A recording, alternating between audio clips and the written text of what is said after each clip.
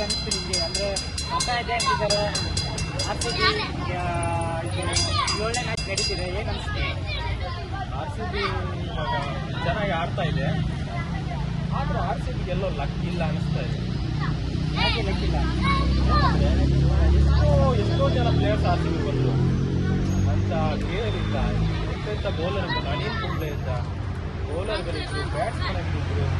ಏನು ಈ ಥರ ಆಗ್ತದೆ ಅಂತ ನಮಗೆ ಸರ್, ನಮಗೆ ನಿಜ ಮನಸ್ಸು ಆಗ್ತಾ ಇಲ್ಲ, ತಡ್ಕೊಳಕ್ಕೆ ಆಗ್ತಾ ಇಲ್ಲ. 280 ರನ್ ಹೊಡೆದಿರೋದು ಏನಾಗ್ತದೆ ಸರ್? 287 ರನ್ ಹೊಡೆದಿರಂತೆ. ಏನಂದ್ರೆ ಬೌಲರ್ಸ್ ಅಲ್ಲ ಸರ್ ಅವರು ಬೌಲರ್ ನನ್ನ ಮಕ್ಕಳಲ್ಲ ಸರ್, ಅವರು ಗೋಳಿ ಮಕ್ಕಳು ಸರ್. ಅವರು ನಿಜ ಹೇಳ್ತೀನಿ, ಅವ್ರು ಗೋಳಿ ಮಕ್ಕಳು.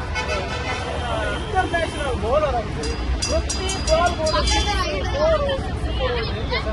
ನೀವು ಹೇಳಿ. ಒಂದು ಹೇಳ್ತೀನಿ, RCB ಲಕ್ಕಿಲ್ಲ. ಇನ್ನೊಂದು, ದೇವರು ನಮ್ಮ ಕಡೆ ಸ್ವಲ್ಪ ತಿರುಗಬೇಕು. ಯಾಕೆ ಹೇಳ್ತೀನಿ ಹೇಳಿ, ದೇವರು ನಮ್ಮ ಹತ್ರ ಒಂದ್ಸರಿ ತಿರುಗಬೇಕು. ಏನಂದ್ರೆ ಒಬ್ಬ ವ್ಯಕ್ತಿಗೋಸ್ಕರ ತಿರುಗಬೇಕು. ಆ ವ್ಯಕ್ತಿ ಯಾರಂತ ನಿಮ್ಗೆ ಗೊತ್ತಿರುತ್ತೆ. ಯಾರು ಆ ವ್ಯಕ್ತಿ? ಯಾರು? ಕೊಹ್ಲಿ ಎಷ್ಟು ಮನಸ್ಸಲ್ಲಿ ನೋವು ಇಟ್ಕೊಂಡಿದೆ ಸರ್, ಆ ವ್ಯಕ್ತಿಗೋಸ್ಕರ ಅದು ಒಂದ್ಸರಿ ಕೇಳಬೇಕು. ಅದೇ ಇಷ್ಟು ಮನಸ್ಸು ನಮ್ಗೆ ತುಂಬ ಅಭಿಮಾನ ಸರ್, ಬಂದಿದ್ದೀವಿ. ಆ ವ್ಯಕ್ತಿ ನಮಗೋಸ್ಕರ ಕೇಳೋದಾರೆ ಬೇಡ, ಆ ವ್ಯಕ್ತಿಗೋಸ್ಕರ ಒಂದ್ಸರಿ ಗೆಲ್ಲಿ ಅಂತ ನನ್ನ ಆಸೆ ಅಷ್ಟೇ ಸರ್.